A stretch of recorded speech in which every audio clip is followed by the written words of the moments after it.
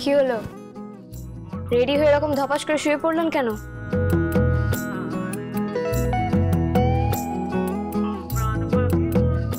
উঠুন। একবার এদিকে আসুন না, আসুন না।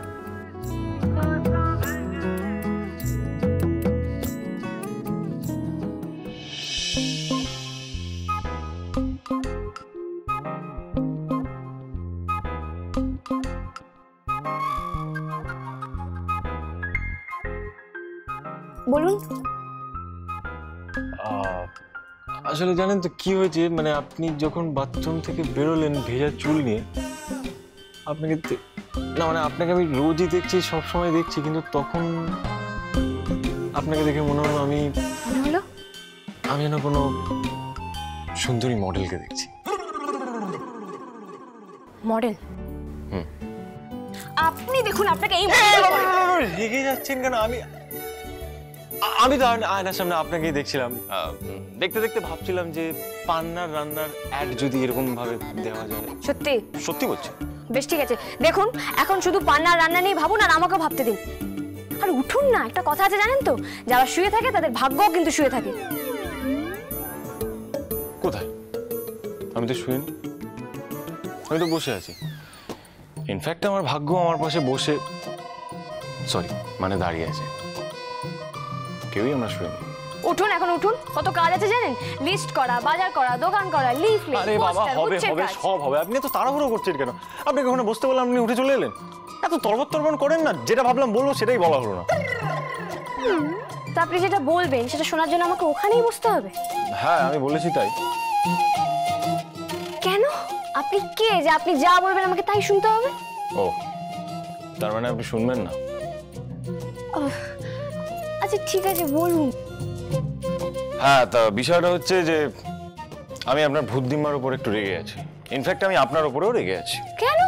কেন মানে আমি যখনই ভূতদিম্মার কাছে যাই আমাকে কেমন দুচ্ছাই করে, আর আপনি যখনই যান আপনাকে কত আদর করে। মানে আমি কেউ নই, আপনি আপন। মানে কালকে কতক্ষণ নেই তো আশেপাশে, নেই তো, কালকে কতক্ষণ আমাকে স্ট্যাচু করে দাঁড় করে রেখেছিল বলুন তো? আচ্ছা দেখুন নির্ভীক বাবু, আপনি তো বুদ্ধিমাকে দেখতে পান না, তাই আপনি শুনতেও পাচ্ছিলেন না।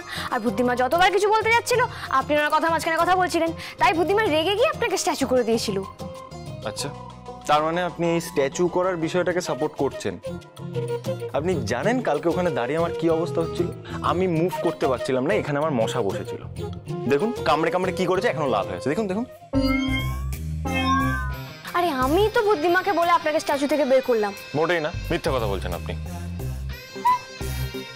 আমি মিথ্যা কথা বলছি? আপনার চোখের সামনে পুরোটা হলো, আপনি দেখলেন, শুনলেন, তারপর আপনি কি করে বলছেন? আচ্ছা ঠিক আছে, আপনি যখন বলছেন তখন মেনে নিচ্ছি। তবে আপনাকে আরেকটা কথা বলার আছে। আবার কি?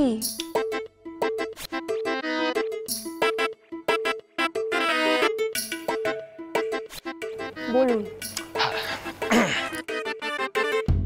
তা আপনার ওই ভূত বুড়ি তখন, বুদ্ধিমা, সরি ভূতদিম্মা, তা আপনার ওই ভূতদিম্মাকে আপনি তখন বলছিলেন না যে আমি দাঁড়িয়ে দাঁড়িয়ে সব দেখছিলাম? হ্যাঁ আপনি তো দেখছিলেন।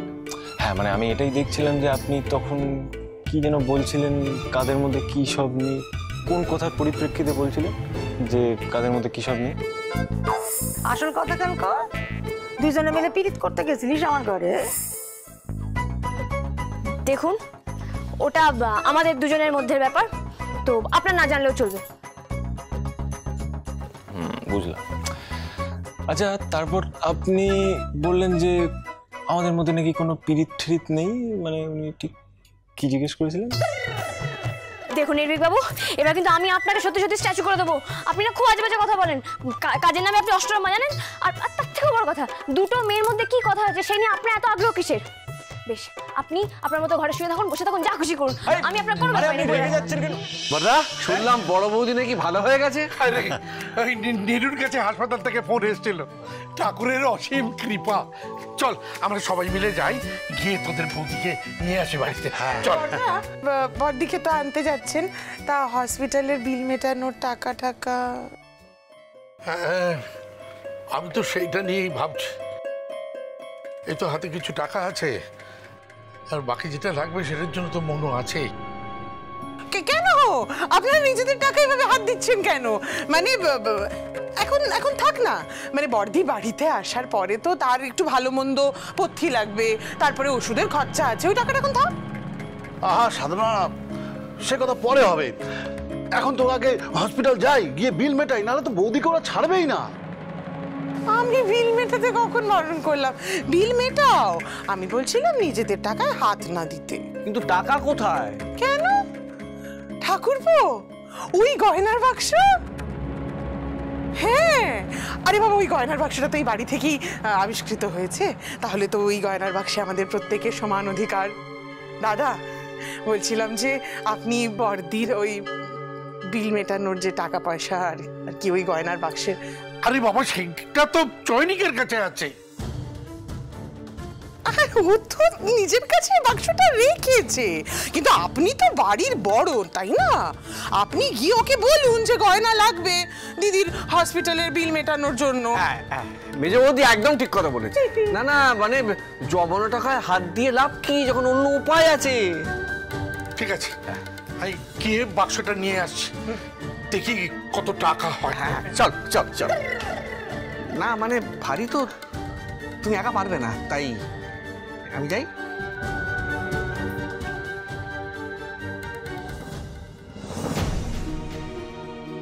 এই যে লোকটা হ্যাঁ, হা করে দাঁড়িয়ে থাকবে, যাও, নাহলে তো দাদা আর ভাই মিলে সমস্ত গয়না ঝেড়ে দেবে।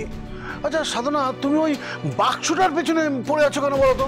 আচ্ছা তুমি জানো না ভূত কি বলে দিয়েছে, যে ওই বাক্সের গয়না যদি অন্য কেউ হাতায় তাহলে তার কি হবে? চুপ, ভূত ভূতের জায়গায় আমি কিচ্ছু শুনতে চাই না। ওই গয়না আমার চাই, আর যদি সেটা না হয় তাহলে তুমি কালকে তোমার নিজের ট্যাগ থেকে পয়সা খরচ করে আমাকে 20 ভরি গয়না গড়িয়ে দেবে। 20 ভরি? আরে তাহলে যাও। হ্যাঁ যাও। হ্যাঁ।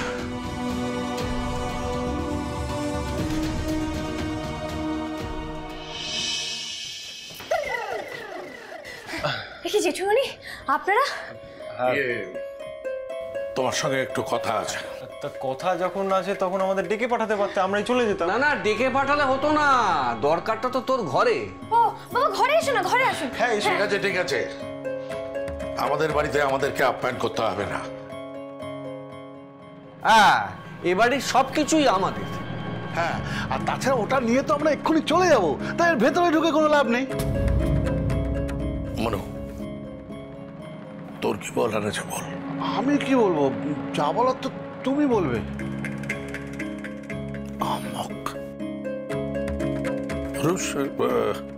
তাহলে তুই বল। মানে বলছিলাম কি বড়দা, তুমি বাড়িতে সবার থেকে বড়, হ্যাঁ, তা তুমি বলো। হতভাগা।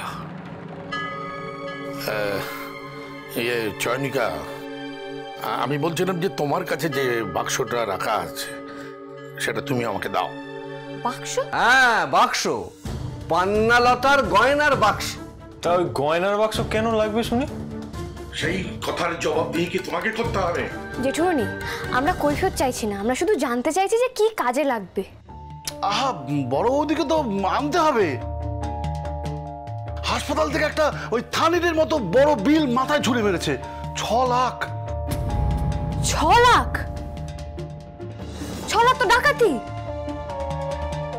সেসব ভেবে তো আমাদের লাভ নেই, মানুষটা সুস্থ হয়ে গেছে, আমার সঙ্গে কথা হয়ে গেছে, বাড়ি আসার জন্য ব্যস্ত হয়ে পড়েছে, আমরা তাকে নিয়ে আসতে চাই। দাও বাক্সটা দাও।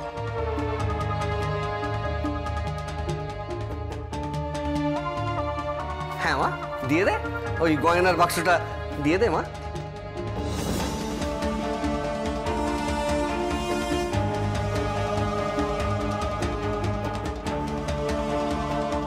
আসুন।